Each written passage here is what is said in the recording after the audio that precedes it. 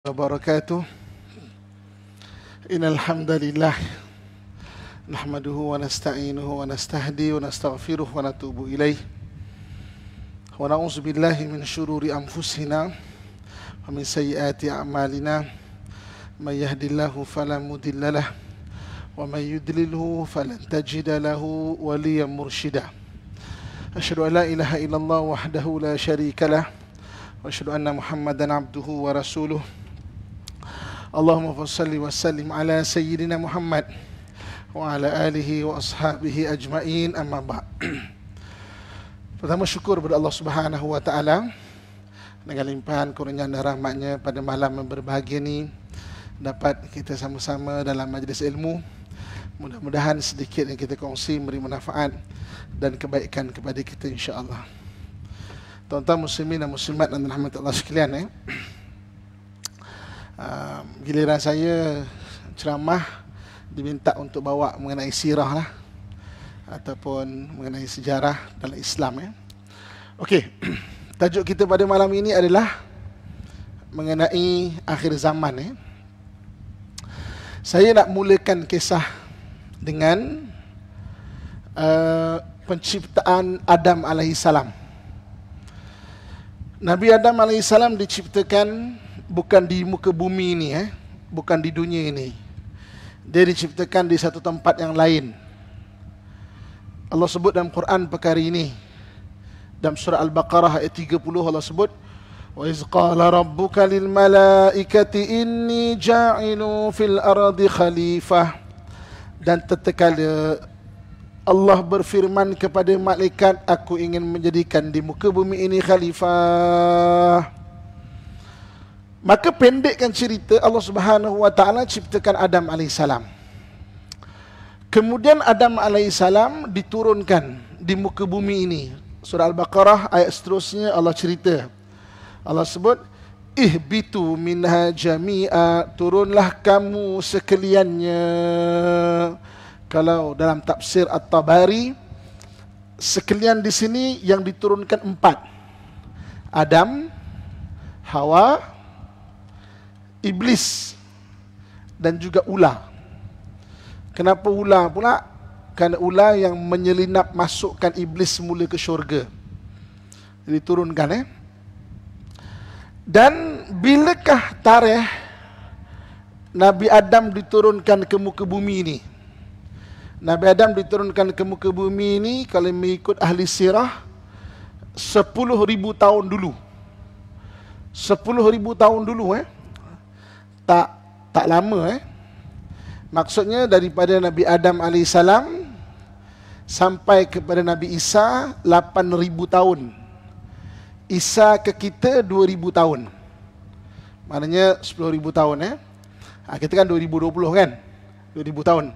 Nabi Adam sampai ke Isa 8,000 tahun. Ini dikuatkan lagi dengan penemuan arkeologi. Jadi arkeologi menemukan penempatan tertua manusia adalah 10,000 tahun, iaitu di Jericho. Jericho sekarang di Palestin. Jericho tu, kalau tuan-tuan nanti balik search mengenai sejarah kota Jericho, kota Jericho ni dipanggil the oldest and the lowest city in the world. The oldest sebab 10,000 tahun umur dia, and the lowest sebab dia paling rendah di muka bumi. Dia 420 meter daripada paras laut. Dia tempat Allah terbalikkan muka bumi pada zaman Nabi Lut alaihissalam. Muka bumi itu terbalik tu kan. Jadi paling rendah kat situ. Jadi kawasan situ dah ada panggil Jericho.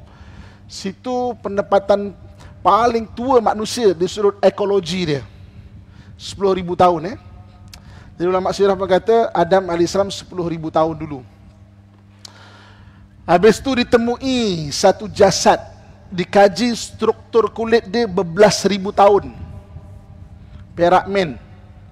Ataupun ada satu jasad ditemui di Namaklik, dekat antara Tehran dengan Isfahan, ada satu tasik garam namanya Namaklik. Penyelam selam jumpa satu jenazah kaji struktur kulit berbelas ribu tahun. Kalau betul dia berbelas ribu tahun, dia macam manusia, tapi bukan insan yang Allah sebut dalam Quran. Bukan insan sebab insan Allah sebut dalam Quran, laqad khalaqnal insana fi ahsani taqwim. Kami jadikan manusia itu sebaik-baik kejadian. Sebab itu ada ulama yang mengarang kitab, tajuk kita itu Adam sebelum Adam. Macam manusia tapi bukan Adam. Sebab Adam insan tu Allah jadikan sebaik-baik kejadian. Jadi tuan-tuan muslimin muslimat sekalian, Adam diturunkan kalau ikut ulama sirah 10,000 tahun dulu. Jadi Adam ke Isa 8,000 tahun, Isa ke kita 2,000 tahun. Maknanya 10,000 tahun lah. Adam diturunkan ke muka bumi ini dengan dua benda yang penting. Dengan dua benda yang penting. Satu ilmu. Ini yang ketika malaikat kata, kenapalah nak jadikan manusia ni? Kemudian Allah kata, wa 'allama Adamal asma'a kullaha. Maka kami mengajarkan Adam ni ilmu. Jadi sebab itu Adam ni diturun dengan ilmu yang cukup tinggi. Dia memang turun dengan ilmu yang cukup tinggi. Itu yang pertama. Adam diturunkan dengan ilmu. Yang pertama. Yang keduanya, Adam diturunkan ke muka bumi ini dengan memori syurga. Dia ada memori syurga. Syurga tu kan hebat. Minta benda, minta semua sehebatlah. Hebat. Dia ada memori syurga. Dia ada pengalaman berada di syurga. Jadi Adam diturunkan ke muka bumi ini dengan dua. Satu ilmu, yang kedua dia ada memori syurga. Jadi sebab itu ketika Adam AS turun di muka bumi ini, kurang lebih 10,000 tahun dulu ataupun 8,000 sebelum Masihi. Kalau kita nak senang faham, 8,000 tahun sebelum Masihi, maka Adam mula membangunkan muka bumi ini. Sesuai dia sebagai khalifah. Membangunkan muka bumi ini sesuai dia sebagai khalifah. Okey? Berlalu masa, Nabi kedua Nabi Idris. Dan Nabi Idris adalah satu orang Nabi yang ada catatan dia. Dia adalah satu orang Nabi yang telah memulakan teknologi. Dia orang pertama yang pandai menjahit baju. Kalau dia jahit baju, tuan-tuan sekalian, maksudnya dia sudah pandai mengenal apa itu kapas. Apa itu kapas, dia dah pandai membuat benang. Dia dah pandai menganyam benang menjadi kain. Maknanya ilmu yang ada pada Nabi Adam AS, diwariskan sampai kepada Nabi Idris AS. Dan Idris dah mula membuat sesuatu sebagai selayaknya khalifah di muka bumi ini. Dan Nabi Idris adalah Nabi yang mula-mula maknanya faham mengenai pengairan, sistem pengairan, ini maknanya tanaman dan sebagainya. Jadi Nabi Idris AS. Berlalu masa, Nabi Nuh AS. Nabi Nuh AS ni tarikhnya bila? Tarikhnya adalah 6,400 tahun sebelum Masihi. 6,400 tahun sebelum Masihi. Dia dengan Nabi Adam beza 1,600 tahun. Nabi Adam 8,000 tahun sebelum Masihi, dari 6,400 tahun sebelum Masihi. Jadi tuan-tuan muslimat rahmatullah sekalian, kan, apa yang berlaku pada zaman Nabi Nuh AS? Kita semua tahu macam banjir besar, kan? Banjir besar. Tapi sebenarnya bukan itu sebenarnya. Bukan itu. Yang berlaku zaman Nabi Nuh AS adalah teknologi di reset balik. Reset balik. Sebab apa? Nabi Adam AS turun dengan ilmu dan memori syurga. Dia cuba buat apa yang ada, disambung oleh Nabi Idris AS. Zaman Nabi Nuh AS sebenarnya teknologi dah tinggi, tuan-tuan sekalian. Dan sebab itulah Nabi Nuh AS adalah satu-satunya Nabi yang berhadapan dengan kesombongan kaum. Satu kaum tu sangat sombong. Nabi lain berhadapan dengan tokoh yang sombong. Nabi Ibrahim, Namrud yang sombong. Nabi Dawud, Jalut, seorang dia je. Nabi kita Muhammad, berhadapan dengan Abu Jahal, Abu Lahab, tapi kaum masih menyokong. Nabi Nuh, satu kaum sombong. Sebab apa? Satu kaum tu sebenarnya dah maju, tuan-tuan sekalian. Kita tak tahu sebenarnya.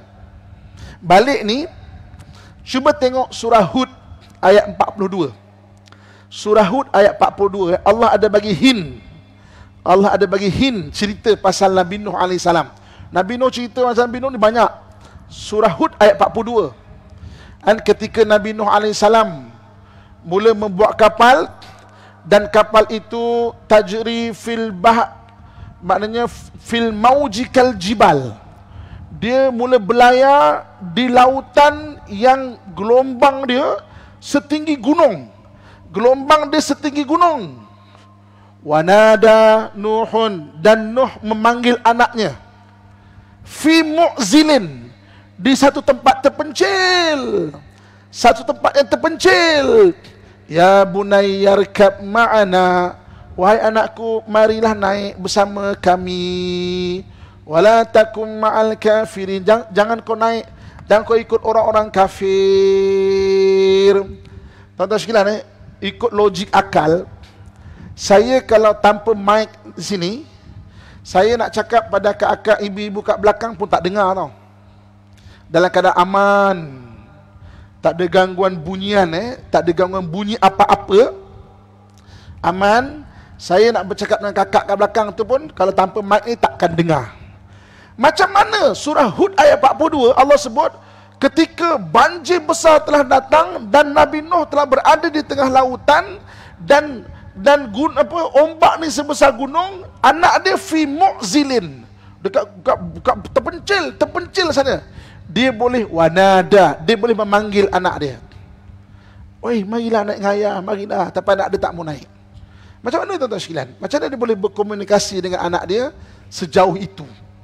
Balik nanti tengok surah Hud ayat 42. Kita boleh tengok, kan? Oh, baru terfikir kan?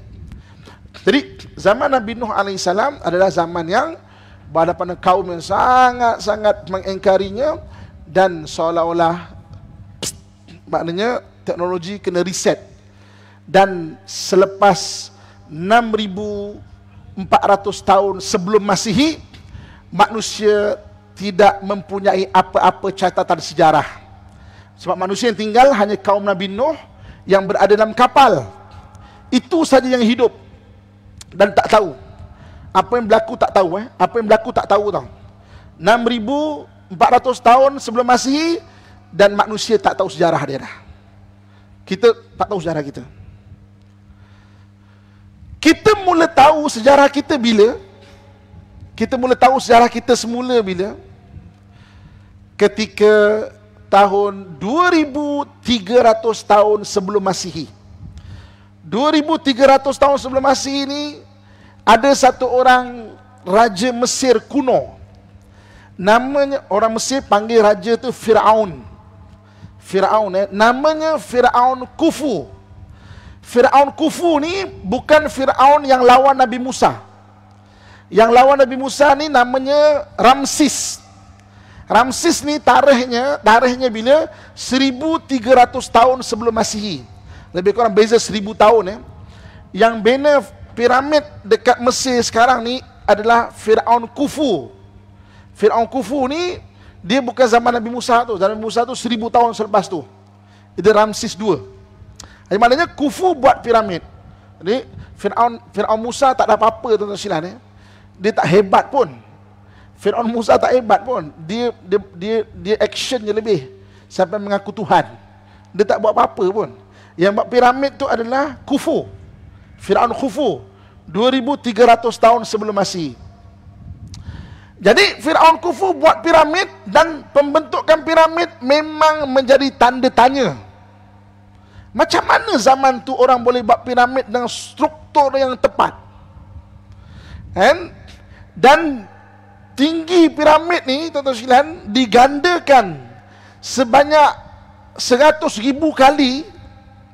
Ada kalikan, memang tepat jauhnya bumi dengan matahari. Apabila matematik moden telah mengira jauh matahari, tuan-tuan sekalian, tepat kiraannya. Kan? Ketika piramid dibongkar pada kurun ke-19, awal kurun ke-19, orang tengok dalam piramid, orang tengok, sangat pelik. Macam mana piramid tu boleh dibuat tak ada kesan karbon. Piramid tu gelap dan banyak lukisan-lukisan. Zaman dulu kalau nak cahaya mesti pakai lampu ni ataupun pakai obor. Kalau obor mesti ada kesan karbon. Tak ada kesan karbon, apa lampu dia pakai? Dan dekat dalam piramid ada catatan-catatan yang berlaku pada zaman Nabi Nuh AS. Apa yang ada? Antaranya, tuan-tuan nanti balik pergi Google aeroplane inside pyramid. Jangan Google sekarang dengar kuliah dulu, kan? Balik nanti. Okay? Aeroplane inside pyramid. Kita dapat tengok macam mana bentuk-bentuk lukisan dalam piramid tu. Catatan zaman Nabi Nuh dan zaman terdahulu, adanya kapal terbang, ada helikopter, ada kapal selam, ada kapal-kapal, dan ada banyak benda-benda yang kita tak faham. Jadi Nabi Nuh zaman dia 6,000, maknanya 6,400 tahun sebelum Masihi. Kita tak tahu, kemudian tak tahu sejarah manusia tahu. Manusia wujud tapi tak tahu.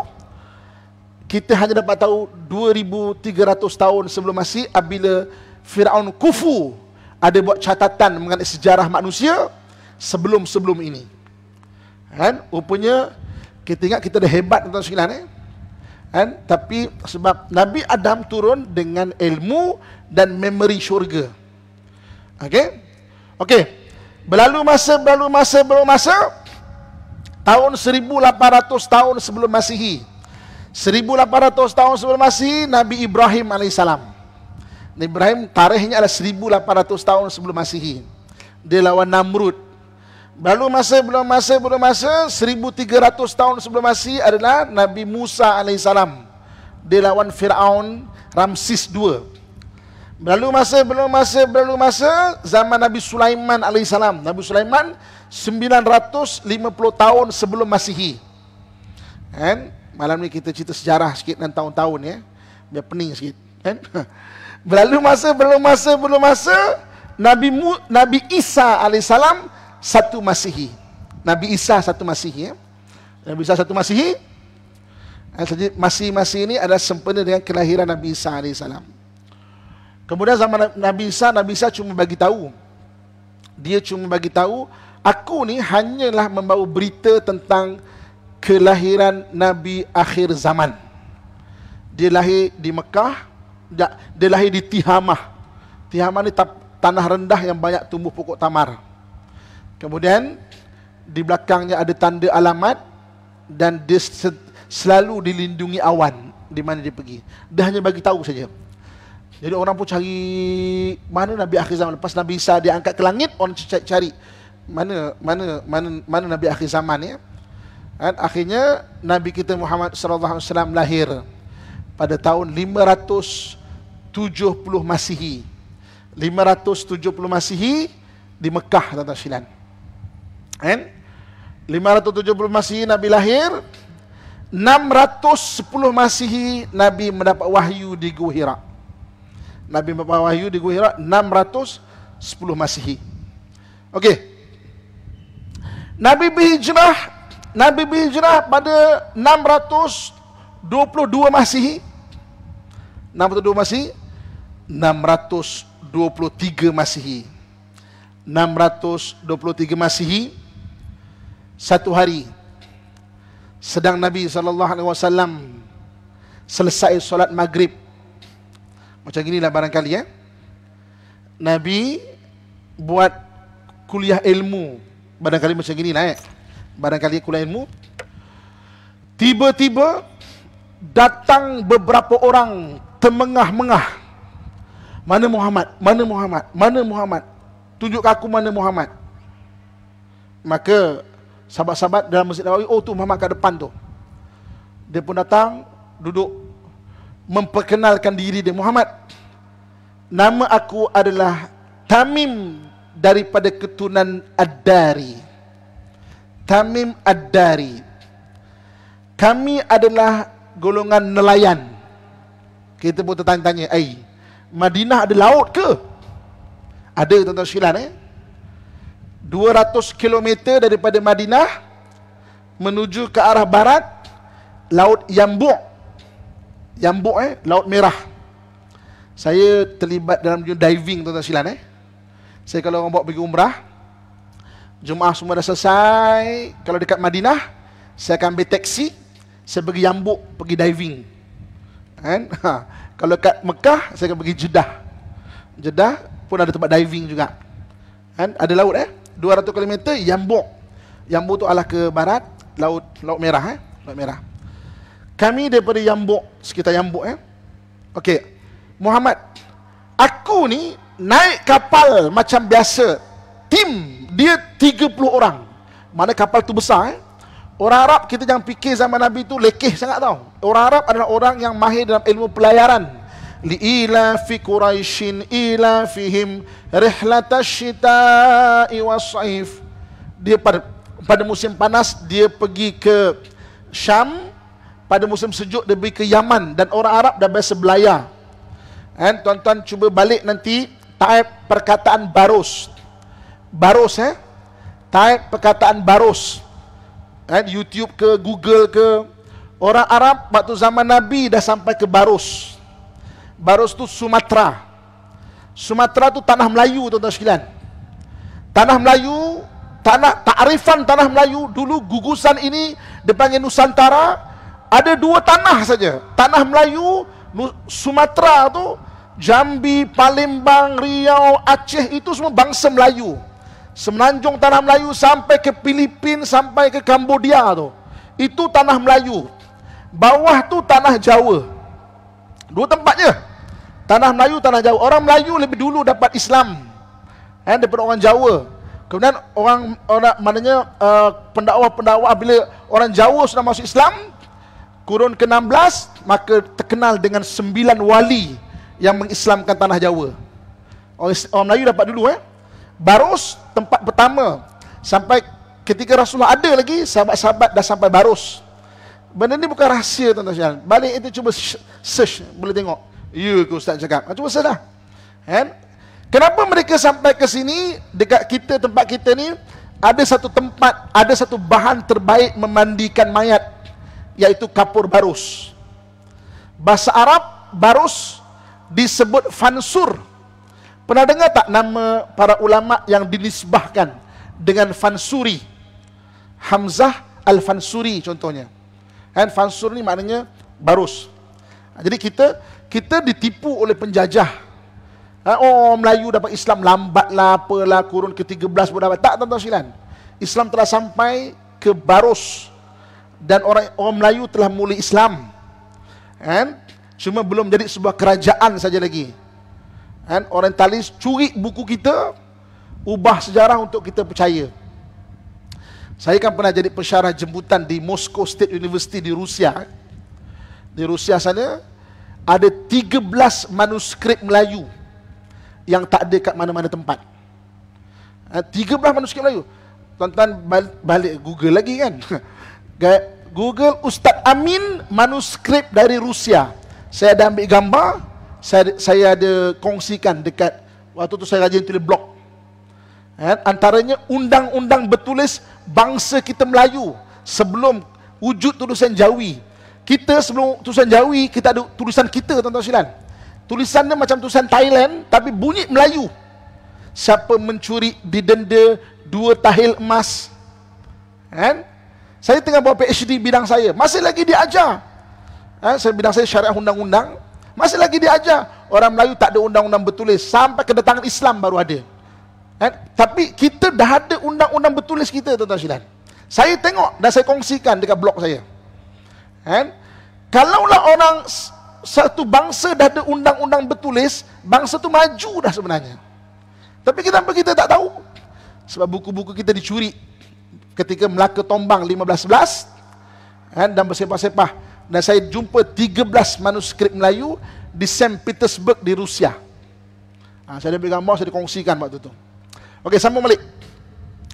Jadi Tamim Ad-Dari ni tuan-tuan sekalian, kami ni tim nelayan, maknanya 30 orang maknanya tim tu besar. 30 orang zaman dulu kapal besar Kami berlayar ke lautan, heading ke timur. Headingnya ke timur. Ke timur ni, heading ke timur, kami sesat selama 30 hari. Tuan-tuan, siapa kapten kapal depan saya mahir mengira dulu punya pelayaran, heading timur, lepas saja Laut Merah, heading timur 30 hari, 2 tempat je akan sampai. Sama ada Maldives ataupun mungkin jauh lagi Kepulauan Nusantara. 2 tempat je tuan-tuan sekalian. So Maldives tu pulau-pulau dan Thousand Island kawasan kita. Jadi Tamim Ad-Dari heading timur selama 30 hari dan dia terdampar di kepulauan yang tidak tercatat dalam peta waktu tu. 30 hari. Jadi ulama bahas benda ni. Mana heading timur tu? Ada yang kata Maldives, ada yang kata belah-belah kita. Dan pulau yang masih rahsia, banyak lagi tidak diterokai, sebenarnya belah kita. Maldives tu semua dah kampung lah. Belah kita, belah Indonesia, belah mana tu, Thousand Island ni, belah Nusantara ni, tuan-tuan sekalian, banyak lagi pulau-pulau yang pelik-pelik. Jadi Tamim Ad-Dari terdampar di satu pulau yang tidak terdapat di peta waktu itu. Maka Tamim Ad-Dari sampai-sampai di situ, dia melihat satu binatang berbulu, baring, tak tahu mana ekor, mana kepala. Tiba-tiba binatang tu bangun. Kemudian binatang tu bangun, binatang tu mana kepung dia untuk pergi masuk ke satu gua. Tamim Ad-Dari melihat satu orang manusia yang terikat dengan rantai yang kuat di dalam satu gua, dan orang itu bertanya kepada Tamim Ad-Dari, okey, kau daripada mana? Aku daripada semenanjung tanah Arab. Semenanjung tanah Arab ni pelik sikit tuan-tuan sekalian. Apa yang pelik dia? Ketika wujudnya negara besar Rom dan Parsi, semenanjung tanah Arab tidak pernah dijajah sama ada Rom atau Parsi. Sama juga dengan semenanjung tanah Melayu. Ketika Genghis Khan mula menjajah kawasan-kawasan ni, habis tau, Thailand semua dia masuk sampai ke Bukhara, Samarkand, sama dengan Islam. Semenanjung tanah Melayu dia tak masuk. Jadi semenanjung tanah Melayu dengan semenanjung tanah Arab, kesamaannya adalah kuasa-kuasa besar tak masuk. Waktu itulah mana Genghis Khan tak masuk kita, sana tu Rom dan Parsi tak masuk. Apa yang ada, wallahu alam. Tuan-tuan kaji pula sendiri apa yang ada waktu tu. Apa yang ada? Kenapa Genghis Khan tak masuk belah kita ni? Kenapa dia tak masuk? Padahal dia orang yang bercita-cita menawan timur dan barat, tapi kenapa dia tak masuk? Tentu ada sebab. Kenapa dia tak masuk, tuan-tuan sekalian? Okey. Jadi dia bertanya, okey, kau sebenarnya ada tak satu orang telah lahir? Dia mengatakan dia seorang rasul dan kaumnya menghalau dia daripada tempat lahirnya. Maka Tamim Ad-Dari reflect. Ada lah. Waktu tu Tamim Ad-Dari belum Islam. Betul ada lah. Dan orang tu dah dekat Madinah. Kalau macam tu, telah hampirnya. Okey. Tasik Galili, ada tak airnya masih okey, bagus. Maka Tamim Ad-Dari ni orang biasa merantau. Tasik Galili okey, airnya okey. Tasik Galili ni maknanya satu tempat di Nazares, kan sekarang di Palestin di Nazares. Apa kata orang itu? Nanti airnya akan surut, tuan-tuan. Dan sekarang ni Tasik Galili setiap tahun turun 1 meter, tuan-tuan sekalian. Setiap tahun turun 1 meter tau. Dalam Tasik Galili itu kedalaman dia 50 meter. Kalau konsisten turun 1 meter, 50 tahun lagi maksimum. Maksimum 50 tahun lagi. Kemudian orang ini bertanya lagi. Kita sambung selepas azan, tuan-tuan sekalian. Azan. Okey, silakan.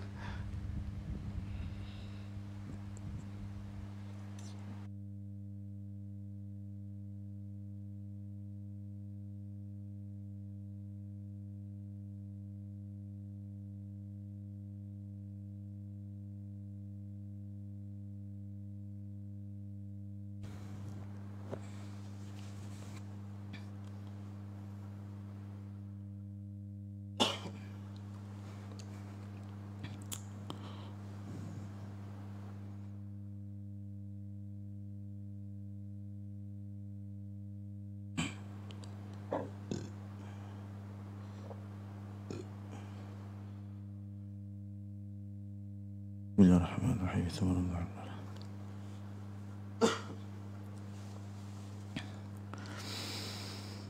Allahu Akbar,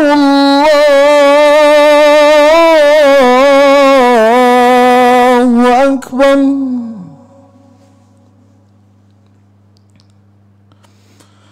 Allahu Akbar, Allahu Akbar.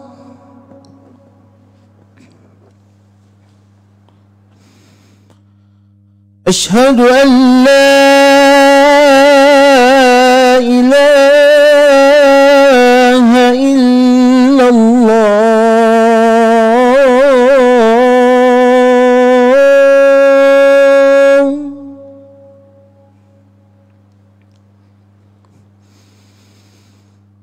أشهد أن لا إله إلا الله.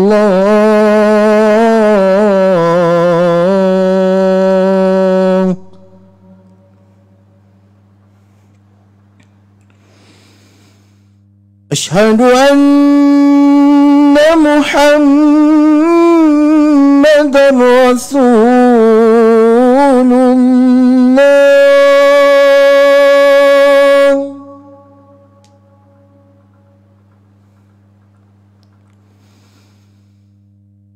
أشهد أن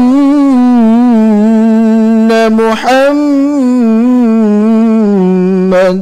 رسول الله.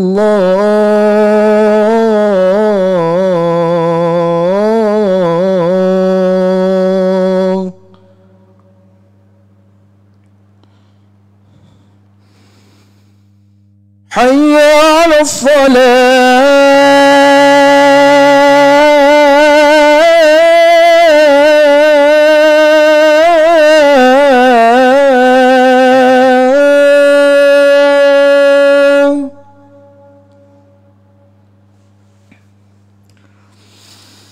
حي على الصلاة.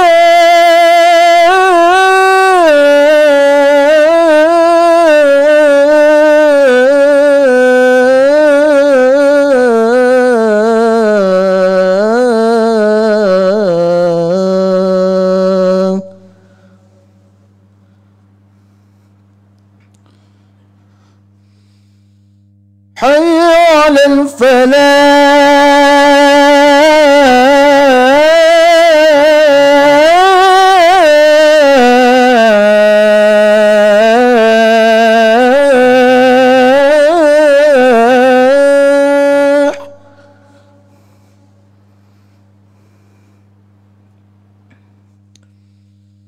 حي على الفلاح.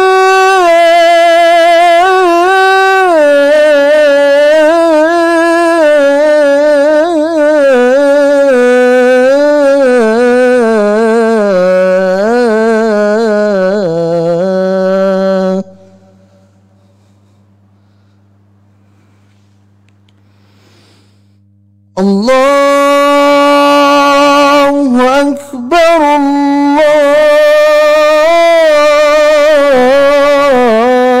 الله أكبر. لا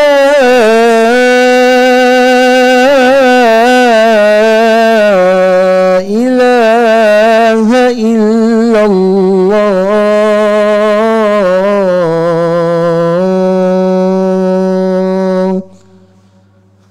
لا إله إلا الله. Muslimin dan muslimat rahmatullah sekalian, kita sedang bincang kisah Tamim Ad-Dari bertemu satu makhluk. So, apa lagi yang makhluk ditanya? Makhluk ditanya, bagaimana keadaan di Bisan? Bisan ni satu tempat antara Nazares dengan Jerusalem. Oh, di situ banyak lopak-lopak mineral. Kalau tuan-tuan baca surah Al-Baqarah, kan ada kisah Jalut melawan Talut. Jalut melawan Talut, kan sampai di satu tempat pengikut Talut nak minum air yang banyak kan. Itu di Bisan. Bisan Dia lebih kurang dalam 150 km lah dari Jerusalem. Bagaimana keadaan di Bisan? Oh, Bisan begitulah. Apa kata orang ini? Nanti dia akan banyak ditumbuhi dengan pokok-pokok korma. Tuan-tuan, sekarang ni oleh kerana Bisan adalah tempat air mineral, sama ada tanah tu orang Arab ataupun orang Israel yang rampas tanah tu, mereka tanam pokok-pokok korma, tuan-tuan sekalian. Korma kalau yang besar-besar, lemak, manis, kalau daripada Palestin, daripada Bisan. Jadi orang cakap lah, nanti akan tumbuh pokok-pokok korma di sana. Kemudian Tamim Ad-Dari bertanya, siapa engkau? Aku Dajjal, kata orang ini. Maka kemudian jasasah binatang tadi pun iring balik ke kapal, dan kemudian dia dapat balik heading macam mana nak balik ke semenanjung tanah Arab. Jadi itu yang sampai di Yambuk 200 km, terus dia naik kuda dia pergi ke Madinah, dan sampai tu waktu tu tengah maghrib. Dan hari itu Nabi membuat kuliah mengenai Dajjal sampai tengah malam. Apa kata Nabi SAW? Tidak ada seorang Nabi pun melainkan dia akan mengingatkan kaumnya mengenai angkara Dajjal. Dan orang yang pertama mengingatkan kaumnya mengenai angkara Dajjal adalah Nabi Nuh alaihi salam. Jadi tuan-tuan sekalian, kalau kita baca ke hadis ini, kita tengok keadaan apa Tamim Ad-Dari cerita Nabi Nuh, Dajjal adalah umat Nabi Nuh AS. Sebab itu badannya tinggi. Sebab daripada Nabi Adam, Idris, Nuh, badan masih tinggi-tinggi lagi. Selepas peristiwa banjir besar, ada pendapat kata satu dunia, ada pendapat kata setengah tempat, maka waktu tu dah tak tahu badan manusia besar mana.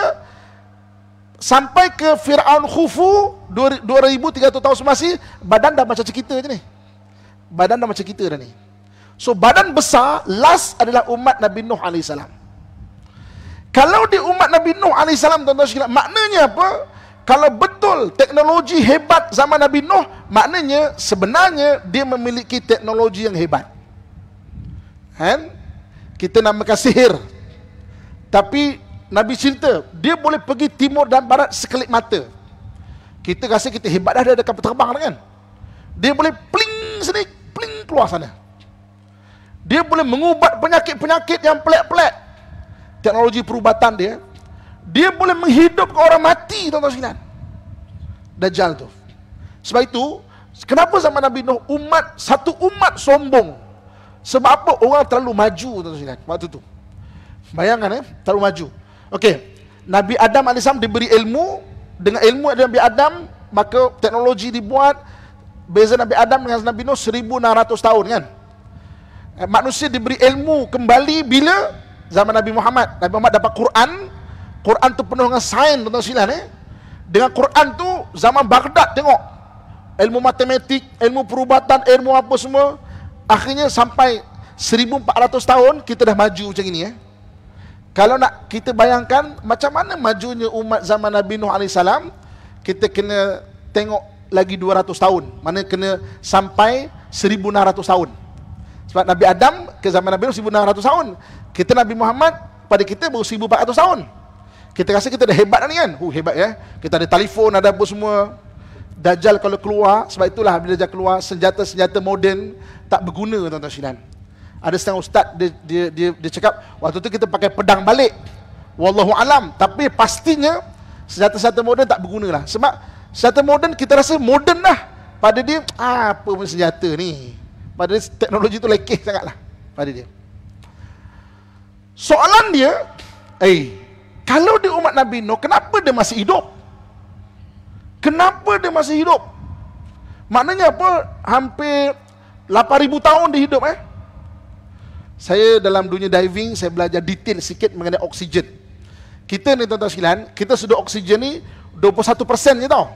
Kita sedut ni, sebenarnya 21% oksigen. 79 lagi adalah nitrogen. 79 adalah nitrogen.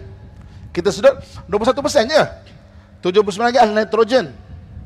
Dulu tuan-tuan sekalian, oksigen pernah 35% di dunia ni. Jadi 35% di dunia binatang-binatang besar boleh hidup. Dinosaur, mana pergi dinosaur? Buku sejarah kata mati sebab meteor lah, gunung berapi lah. Takkan semua boleh pupus. Tapi sebenarnya oksigen daripada 35% drop sampai 21%. Sebab tu binatang besar tak boleh hidup dah. Kita besar-besar macam ni je boleh hidup.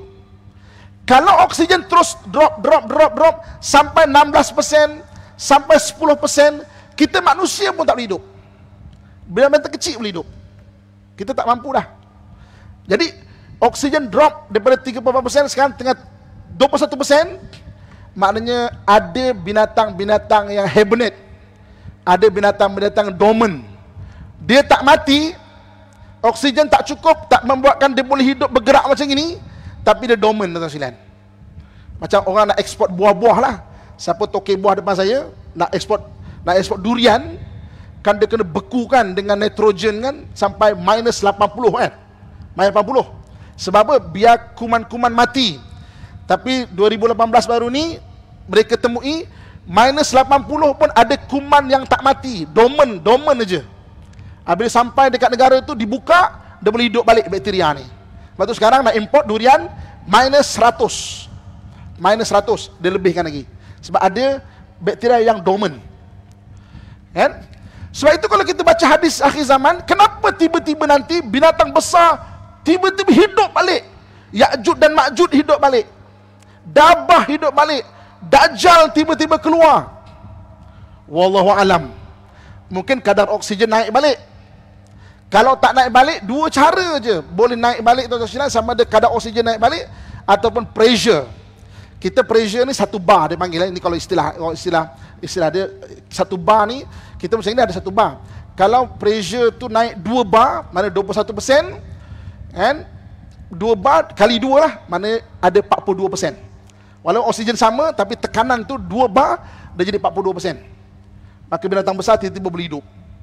Kan? Wallahu alam. Tapi kalau saya baca, oksigen ni gas yang agresif.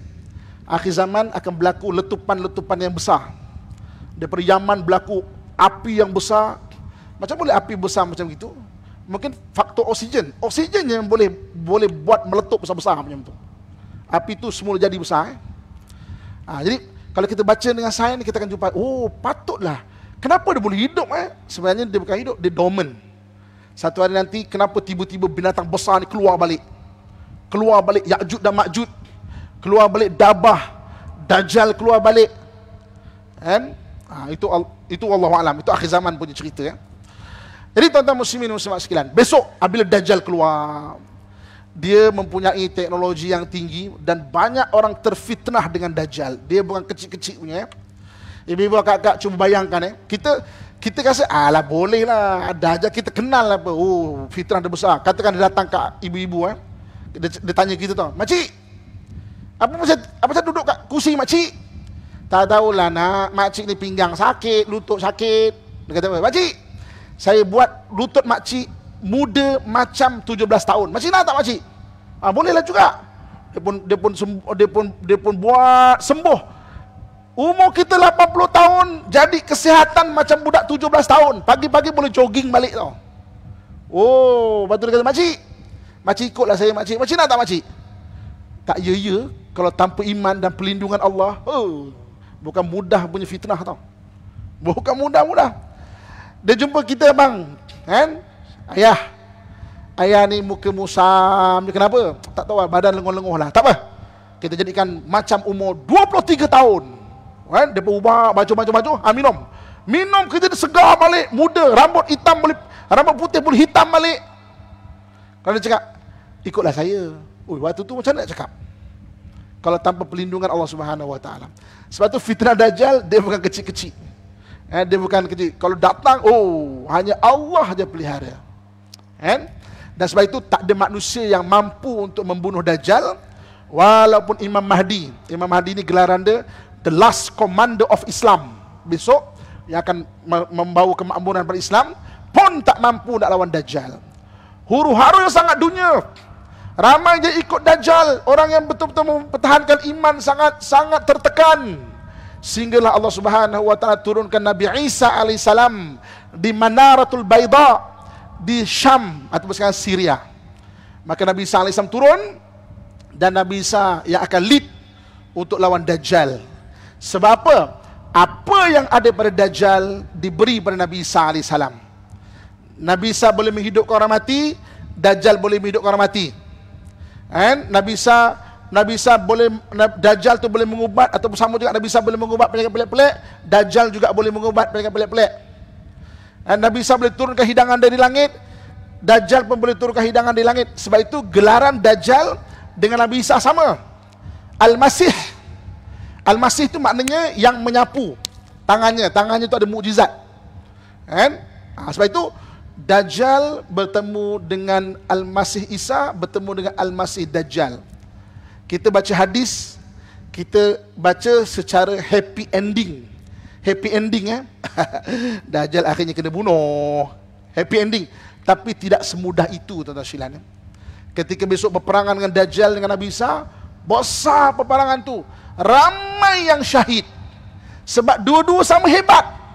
Dua-dua sama hebat. Jadi siapa yang menang? Yang menang adalah orang yang bertakwa kepada Allah, yang dibantu oleh Allah Subhanahu wa taala. Itu disebut tauhid dia. Bukan sebab Nabi Isa tu, tapi yang dibantu oleh Allah Subhanahu wa taala. Itu disebut idzal masih yaqtulul masih, apabila Al-Masih Isa nanti yang akan membunuh Al-Masih Dajjal. Ataupun dalam konteks dalam bahasa Melayunya, apabila buku bertemu ruas. Dan dibunuh Dajjal itu di Babun Lut. Babun Lut tu dekat pintu Kota Lut. Kota Lut tu 15 km daripada Tal Abib. Dan Yahudi sekarang buat base tentera. Yahudi percaya hadis dia buat base tentera dekat Kota Lut, nak protect Dajjal, tempat dibunuh Dajjal tu. Yahudi buat base. Saya kan bawa orang hampir tak ada bulan pergi Palestin jadi kita boleh tunjuk, kalau kau pergi ke Tal Abib tu tunjuk, okey, tengok ini Kota Lut, ini tempat Dajjal besok dibunuh ni. Nabi SAW sebut. Maka Dajjal itu dibunuh. Muslimin dan muslimat rahmatullah sebagai penutup dia. Okey. Jadi Nabi ada pesan di akhir cerita Nabi mengenai Dajjal. Nabi bagi kita amalan. Amalan apa? Amalan, beberapa amalan. Kalau kita jumpa Dajjal, selamat daripada fitnah Dajjal. Kalau tak jumpa Dajjal, sebagai pahala beramal. Pahala beramal. Dia tak rugi apa-apa Apa dia? Kata Nabi SAW setiap kali kamu akhir sembahyang, habis baca tahiyat akhir. Kita kat Kafar belajar sampai selawat Ibrahimiyah aja, innaka hamidum majid. Tapi Nabi ajar selepas habis tahiyat akhir, baca doa, minta perlindungan daripada 4 benda. Benda ni, versi doa ni banyak. Tadi jumpa ustaz-ustaz kita minta maknanya apa baca dia, tapi yang penting 4 poin. 4 poin dia. Allahumma inni a'udzubika min azabin nar, wa min azabil qabri, wa min fitnatil mahya wal mamat, wa min fitnatil masihid dajjal. Yang penting 4 benda ni. Ya Allah, aku minta perlindungan daripada api neraka, daripada siksa kubur, daripada fitnah hidup dan mati, daripada fitnah Dajjal. So baca tuan-tuan sekalian Bila nak baca, hari ni isyak ni baca terus. Jangan tangguh-tangguh. Jangan tangguh-tangguh amalan. Kalaulah Dajjal datang, insya-Allah terpelihara daripada fitnah Dajjal. Kalau tak, dapat pahala beramal. Yang keduanya, Nabi SAW ajar kepada kita baca surah Kahfi.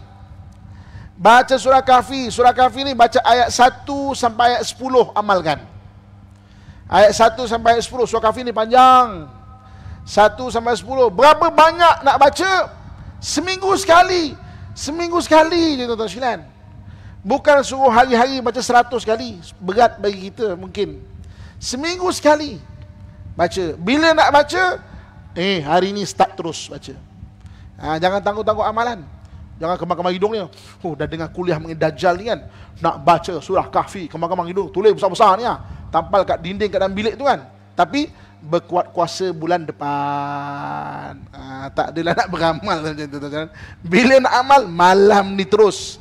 Jangan tangguh amalan. Itu Nabi ajar pada kita. Sebab kalau jumpa fitnah dia bukan kecil-kecil dah. Bukan kecil. Kita rasa macam kita dah hari-hari datang masjid negeri, insya-Allah lah tak kena lah. Jangan tuan-tuan sekalian. Kalau Allah tak lindung, belum tentu selamat tau.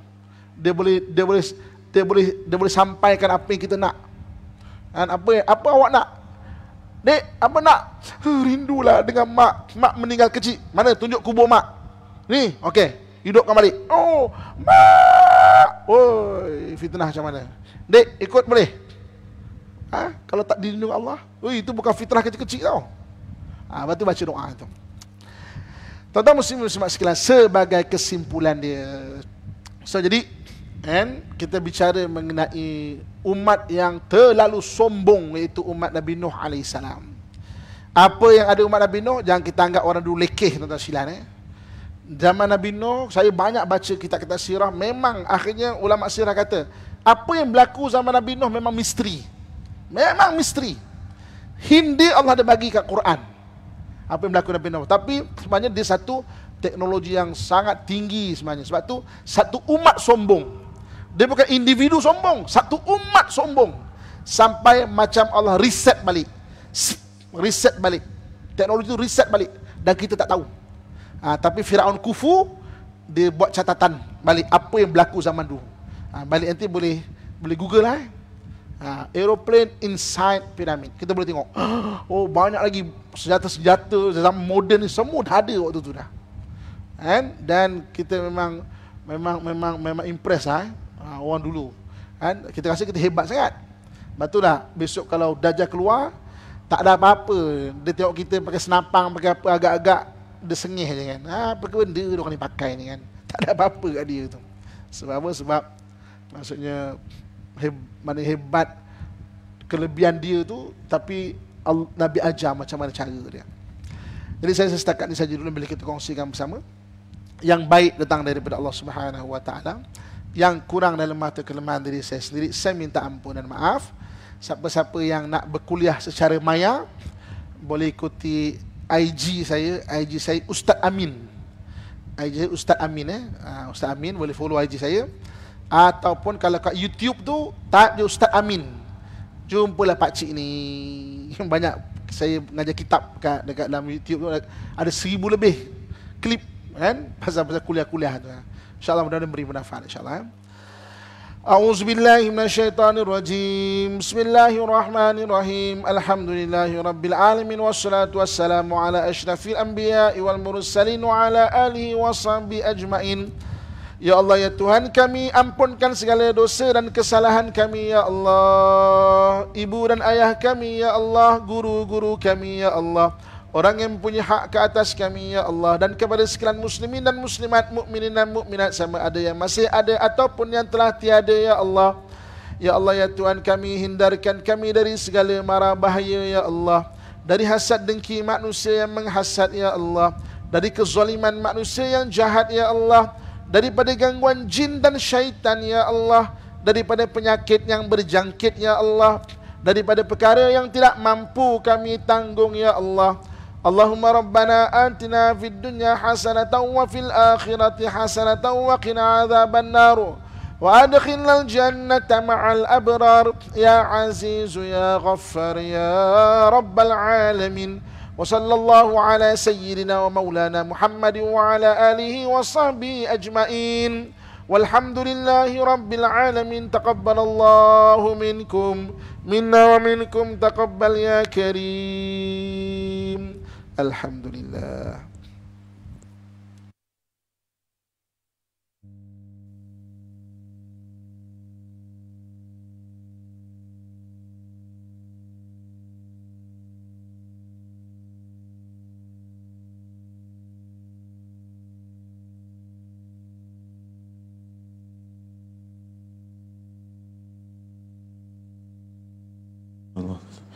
الله أكبر الله أكبر أشهد أن لا إله إلا الله أشهد أن محمدا رسول الله حي على الصلاة حي على الفلاح قد قامت الصلاة قد قامت الصلاة الله أكبر الله أكبر لا